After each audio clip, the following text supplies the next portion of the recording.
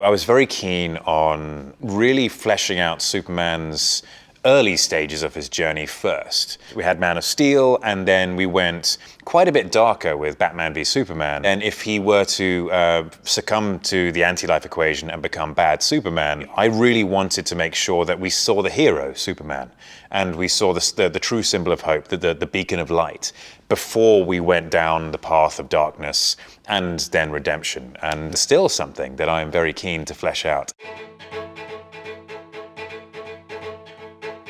Man of Steel. The wonderful thing about Man of Steel and what Snyder and Nolan and I wanted to do with Superman was create a Superman who was accessible in the sense that what would we do if we lived in a world where we had to keep every single aspect of ourselves hidden and we couldn't really truly interact with people, and how would that affect us? It's especially when you have that scene with Kevin Costner who's saying, look, don't reveal yourself. The world is not ready for you yet, and it'll only be a bad thing.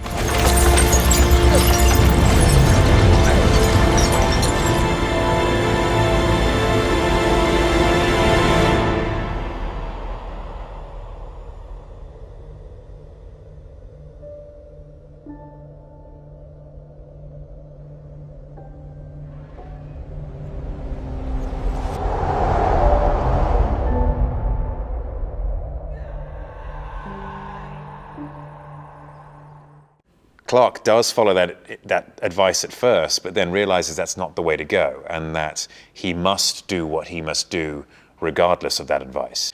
And that was the beautiful bit, is that even though he has restrained himself and lived this life of loneliness, essentially, he's still willing to step out of the shadows and become the hero, despite the fact that it's going to have a negative impact on his life. And that, I think, is the aspect of that symbol of hope. He's representing everything that is good about mankind, despite the fact that mankind may not be good to him. Don't do this! Stop!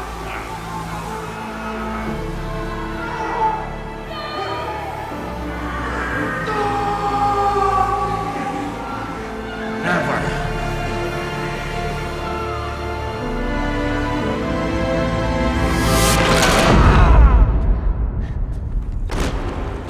At the end of Man of Steel, it was set up so wonderfully to begin that journey, because he had had his first outing against the last surviving member of his species and had to kill him, and that is going to inform a lot of who he becomes. The terrible destruction of Metropolis, where he's fighting someone who has the same powers of him but actually has training, he barely makes it out of that thing alive. And so what lessons has he learned? He definitely isn't going to kill anymore. And he's definitely going to make sure that population centers are completely removed from the equation, because now he's experienced it, and now he's thinking about it.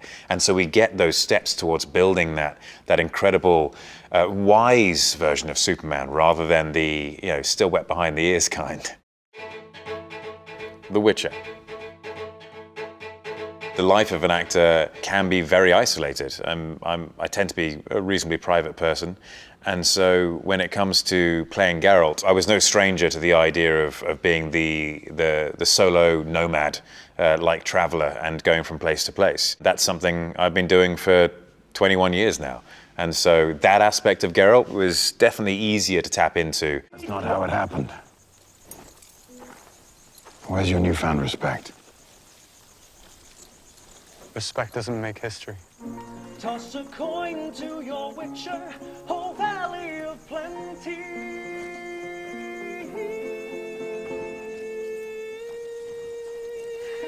I think with season 2 of The Witcher, my focus mainly lay with making sure that the Geralt de Riv from the books was really shining through in my performance in the show.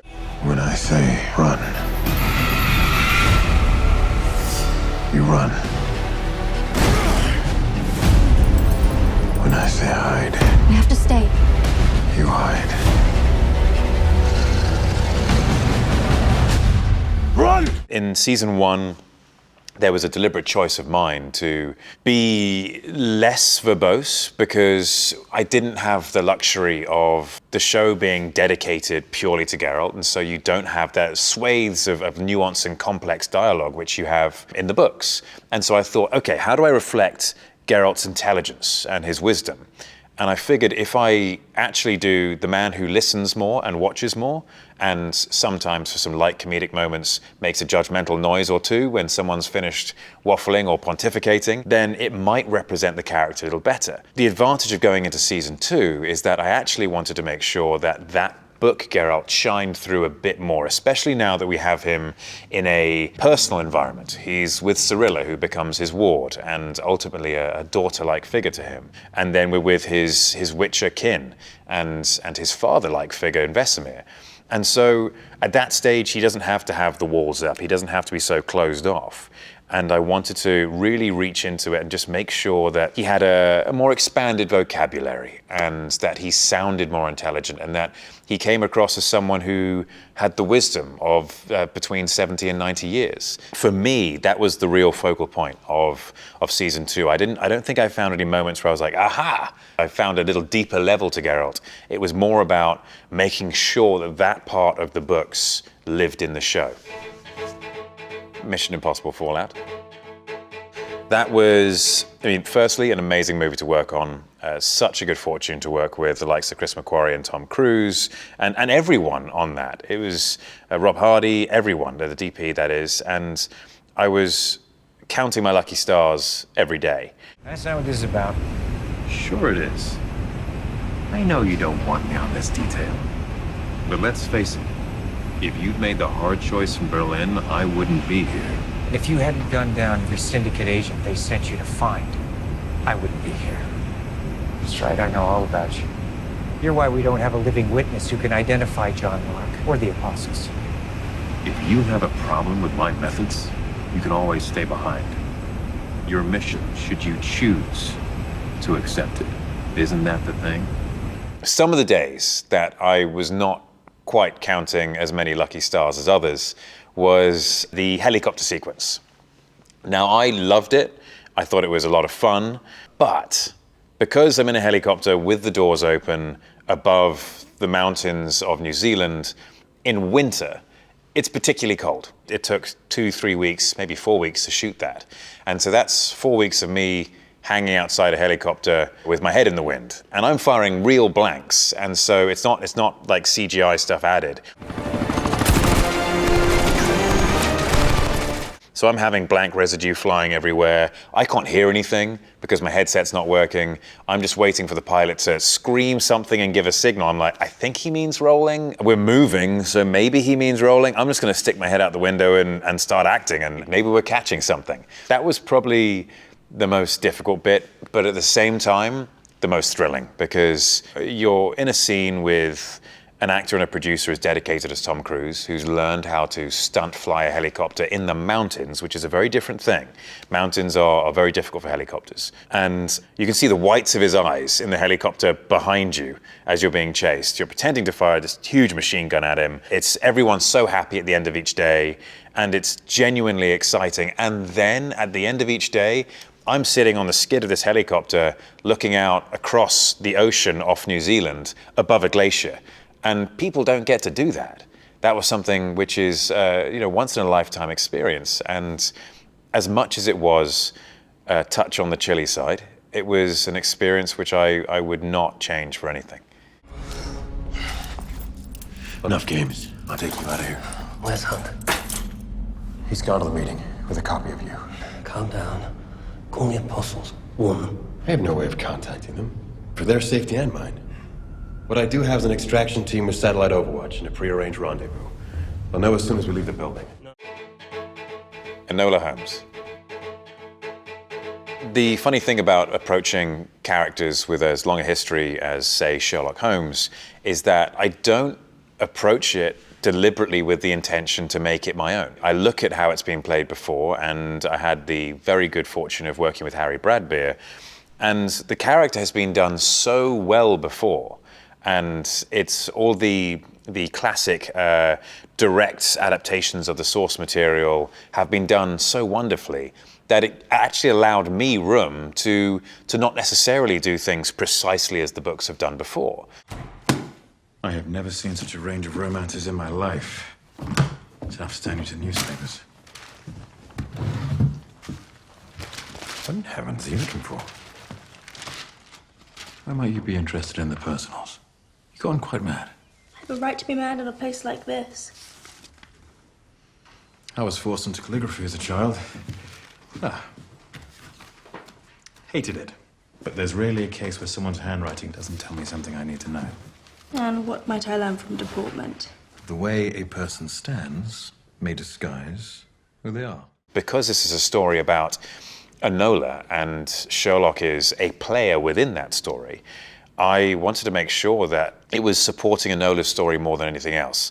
And to play Sherlock in the way I played it was the intention always. It was always to make sure that Enola was the focus and that it was a character who would do nothing but highlight all of Enola's wonderfully positive traits. And we could tie back little family ties here and there, similarities, because ultimately Enola and Sherlock become quite a pair because they do have some real similarities in there. Enola. My God. Look at you. You're in such a mess. Where's your hat and your gloves? Well, I have a hat. Just makes my head itch. And I have no gloves. She has no gloves. Plainly not my craft. The Man from U.N.C.L.E. Guy Ritchie and I had plenty of conversations before we started shooting Man from U.N.C.L.E. And the wonderful thing about Guy is that he is very much a creator. He's very much a collaborator. And so we would literally sit in his house and talk through scenes and throw ideas around, and it was always an open playing field. And he was very honest. He would say, that's a terrible idea, we're never doing that. Or he would say, you know what, that's way better than my idea, and I'm kind of embarrassed. So let's put that in. Or we'd come back the next day and say, you know, I said it was a terrible idea, I've thought about it, it's not a terrible idea, it's actually a really good idea. We would work and manipulate this character, and we'd find the best way of doing things. And so as much as Robert Vaughn did an amazing job, we wanted to make this our own. And Guy has such a particular style, and he's such a wonderful director to work with. I felt like I was in very, very safe hands there. And so no matter what we did, he was going to create something cool, and we were going to do it together. I'll let you tag along, but it's in and out, no mess, so nobody knows we've been here. And we both forget about it in the morning. What is that? Super hardened boron sharpened with a CO2 laser.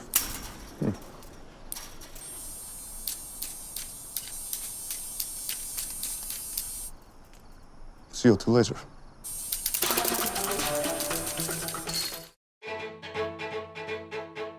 Immortels. It wasn't as challenging as one may think working on a green screen. Of course, Tarsem was very generous, and he had lots of artwork to show us, and would say, like, this is what you're looking at, basically, if we were looking off a cliff top into an expanse beyond.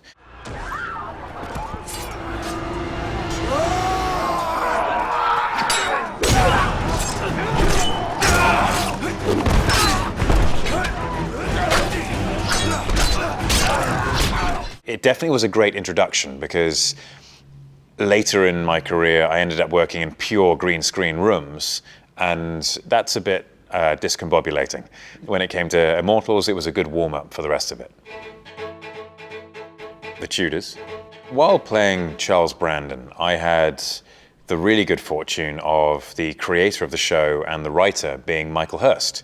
Michael Hurst is very, very talented, and would always dive and delve deep into the history of all these characters to find the most interesting tidbits. And sometimes he would combine characters, otherwise there'd be too many Marys, Margarets, and Elizabeths to kind of make sense of a TV show. It's really hard to find material on Charles Brandon. I've looked, and he said, yeah, Charles Brandon is a tough one to find stuff on. And so he took what little he had, what little you could find in history, and really expanded upon it. It was such a pleasure having him write that character, because it was almost like he was bringing the character to life. I gave Michael a gift at the end of the show, saying if Charles Brandon were alive, today he would thank you. Your Grace, What do you want? only to pass on His Majesty's love. He appreciates the role you will play at my Lord Buckingham's trial, and for all the care you have for His Majesty's well-being. He also sends you this.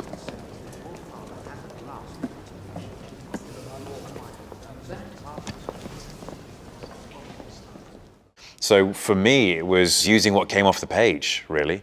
It was one of those pleasurable experiences of not having to really work against what's on the page or build it up into something else. Michael had done so much of the work there. The Count of Monte Cristo. I was 17 years old, playing 16, which at the time was a big difference, obviously, but for anyone our age now, not so much. Several of my friends are going to Rome for 2 weeks during Carnival. I'd like to accompany them. Rome? And no chaperones, Amber, you're only 15. Almost 16. Make it my birthday present, Father. So I was in boarding school in England. I met with Priscilla John, who was a casting director. She was so supportive, and she really sort of helped me get the role, really. When it came to meeting with the director, Kevin Reynolds, it was a huge event for me because I was shortlisted for this movie at 17 years old. That's a massive deal, especially if you want to become an actor. And you haven't really seen the outside world that much. You haven't been around London all the time, because I'm a kid from Jersey. It's a tiny island in between England and France. And when I'm not in Jersey, I'm in the walls of my boarding school. And so to have the world kind of reach in and start investigating who I was a very, very exciting thing.